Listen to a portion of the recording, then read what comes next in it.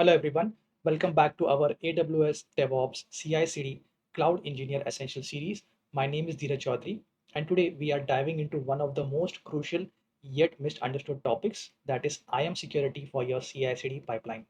And here's the scary truth. Many developers set up their pipelines with overly permissive access because they don't understand the IAM.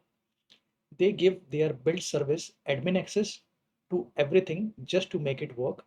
And this is like giving a delivery driver the master key to your entire house instead of just keeping the package in the front of the door.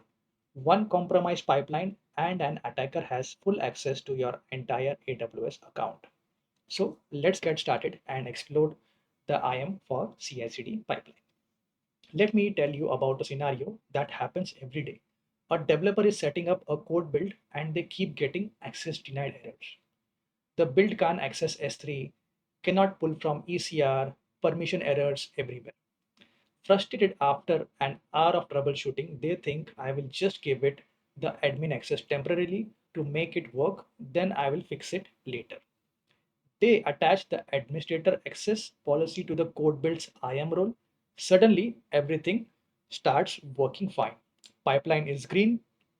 They deploy it to production. The problem solved, right? No, it's wrong. They just created a massive security hole. Code build now has permission to do anything in your AWS account. For example, delete production databases, create new admin users, access every S3 bucket, and modify IAM policies also. Anything. Now imagine an attacker compromises your build process, maybe through a malicious npm package or a supply chain attack. The attacker's code runs inside code build, which has admin access. Game over. The attacker can steal all your data, deploy cryptocurrency miners, hold your infrastructure for ransom. This isn't theoretical. Real companies have been breached this way. Over permissioning is one of the top 5 security mistakes. Today, you will learn how to do this in a right way. Let's start with IAM fundamentals because you can't secure your pipeline without understanding these fundamentals. IAM stands for Identity and Access Management. It controls who can do what in your account. There are two parts to this. First, the identity, which means who or what is making a request. Is it a human user? Is it a service like CodeBuild, an application running on EC2 instance? Second comes what they allowed to do. Can they read from S3? Can they deploy to EC2? Can they delete the database? IAM has three core concepts. So first, these are human who log in into the AWS console with the username and password. Second, roles. So users are going to be the human people. Roles are going to be the temporary credentials for AWS services. For example, code build assumes a role to get a temporary access to the AWS resources.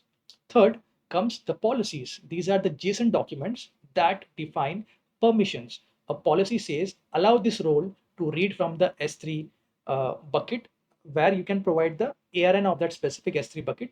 So it will just allow us to read that specific S3 bucket only based on that role. You must explicitly grant each permission needed one by one. So this is the foundation of security, which start with nothing, add only what's necessary. This is called least privilege. And it's the opposite of what most beginners do. They start by giving admin access. Now let's understand how IAM role works for CI/CD services because this is different from human users. AWS services like CodeBuild don't log in with username and password. That would be insecure and hard to manage. Instead, they are going to use IAM roles to perform the actions that they need to do. Here's how it works. Let's say CodeBuild needs to read your source code from S3 and write logs to CloudWatch. You create an IAM role called CodeBuild service role. In this role, you attach policies that say allow reading from S3 bucket from source code and allow writing to CloudWatch logs. Let me show you an example of the service that we had created, IAM role that we have created for our code build. So if I go over here, so in this is our uh, code build service. So over here you can see what all permissions you have given. You are saying that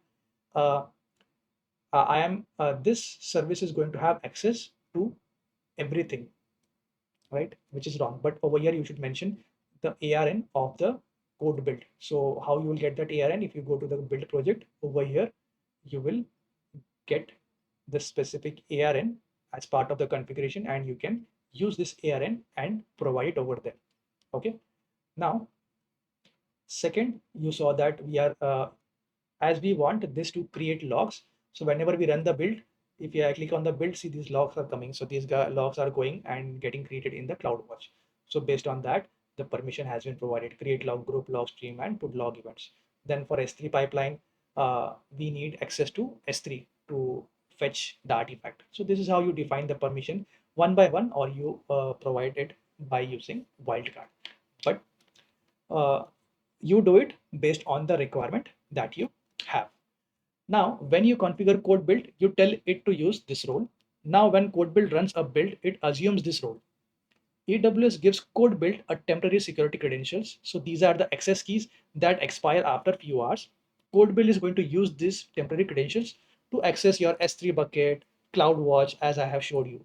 When the build finishes, the credentials expires and become useless automatically. And this is brilliant for security. If the code build somehow gets compromised during a build, the attacker only has access for few hours and only to the specific resource defined in the role that we have created. That means in the policy. They can't use those credentials tomorrow or access anything outside the role's permission.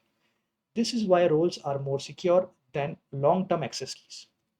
Now let's talk about the most important security principle, least privilege. This means granting the absolute minimum permission required to do the job, nothing more. Let me give you a concrete example. CodeBuild needs to download your source code from S3 bucket called my app source. A beginner might grant CodeBuild full S3 access, read and write to all the buckets in the account. But what does CodeBuild actually needs? It just needs to read from exactly one bucket, that is my app source we just created. So you grant permission to read only that specific bucket that we have just created. Don't provide access to anything else. CodeBuild can't write to S3, can't access other buckets, can't delete anything, just read from one bucket. This is what you should do. That's the least privilege. Why does this matter? If code build gets compromised, the attacker only read from that one bucket.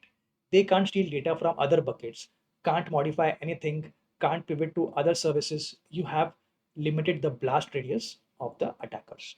This applies to everything. Code deploy should only have permissions to deploy to specific EC2 instance, not create or terminate them. Code pipeline should only read and write to its artifact bucket, not all buckets. Always ask yourself, what's the smallest set of permission for the service to function? Start here. This should be a starting point. If it doesn't work, add one specific permission at one time and test it. Never add a broad permission out of frustration. So suppose if I tell you that I want to go ahead and create a policy for reading the parameter from the SSM store. What I will do, I will just go and search for system manager. Inside system manager, I will go to list, go to read. And in this, I would just say get parameter. What it does is it is going to grant permission to view information. That's it. And if you want to get parameters by name, you will get it. If you want to get parameters by path, you can select this. If you're confused that am I selecting the right option or not, click on this info and you can learn more about it on their official documentation, where they give you more information about the specific option that you are selecting. And that is how you can select only the permissions which is required. And also right now, see, instead of using all, that is the wildcard, you can use specific. And over here, you can provide the parameter information if you want. So you can add ARN to restrict the access. Okay. Now, so let me show you what a secure IAM policy actually looks like. Policies are JSON documents, but don't let them intimidate you. They are quite simple once you understand the structure. So as you see on the screen, every policy has a statement. So this is one statement. Okay.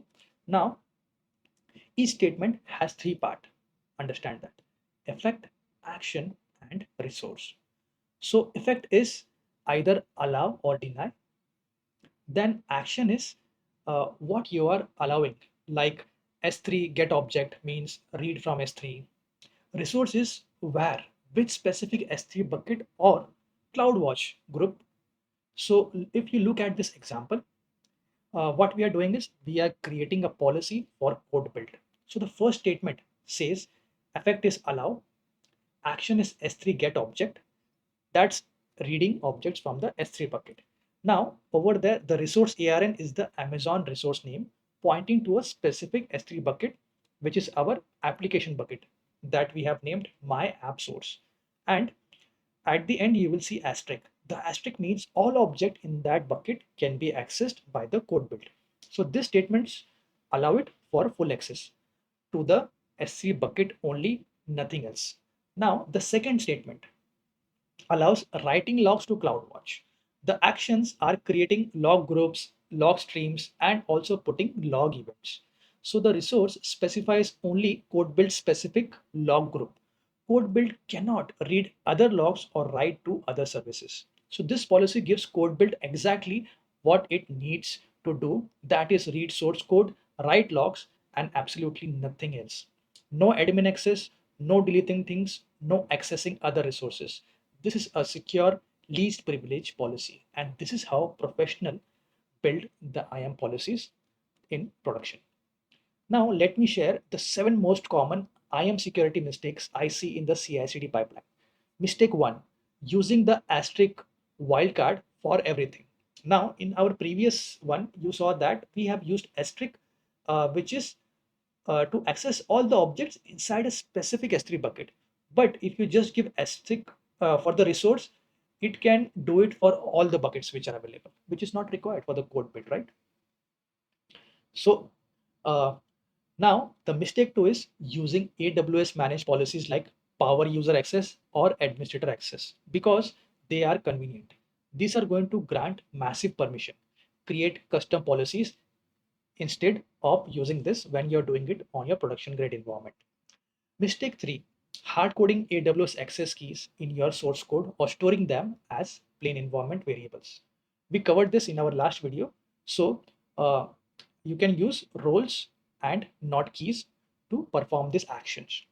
Fourth, using the same IAM role for development, staging, and production environments. If dev gets compromised, production is compromised too. That so you should use separate roles with separate permission for each environment. Mistake 5, never review IAM policies. Okay, you add permissions over time and never the old ones. So once you have created, you leave it. Along with time, some permissions are going to get added, some permissions are going to get removed. So every 6 months, audit your roles and remove unused permissions. Sixth, granting IAM modification permissions like IAM create user, IAM attach role policy. If code build can create a new IAM user, an attacker can create an admin user for themselves, never grant IAM permissions to pipeline services. So the example that we saw, it should just have those permission for which we have created the code build for. Seventh mistake, not using multi-factor authentication for human users who can modify the pipeline. If someone's password is stolen, the attacker can modify your entire CI/CD pipeline. Every single one of these mistakes are going to create a path for attackers, so you should avoid them. Setting up a secure IAM policies is step 1, and step 2 is monitoring to catch the suspicious behavior. Now, AWS CloudTrail automatically logs every single IAM action in your account. Every time a role is assumed, every time a policy is modified, and every API call, CloudTrail records it who, what, when, and where. This is your audit trail.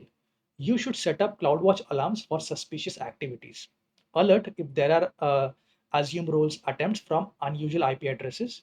Maybe code build is being accessed from a country you don't even operate in. Alert if uh, something happens at 3 a.m. on Sunday when your team isn't working. These could be indicators of compromise. Review CloudTrail logs regularly. If no alarms, fire, look for patterns. AWS also provides a tool called IAM Access Analyzer. This automatically scans your IAM policies and flags which are overly permissive. It will tell you, hey, this role has access to resources it has never actually used. That's a sign you should tighten the permission. The principle here is trust but verify. Even though you have set up a secure role, continuous monitoring to ensure they are not being abused. Security isn't a one time step, it's an ongoing process. So you have to iterate that again and again. Thank you so much for watching this critical tutorial on securing your CI/CD pipeline with IAM. If you enjoyed this video and want to keep learning step by step, make sure to like the video, subscribe to the channel, and hit the bell icon so you don't miss the upcoming tutorials. Thank you for watching, and I will see you in the next video.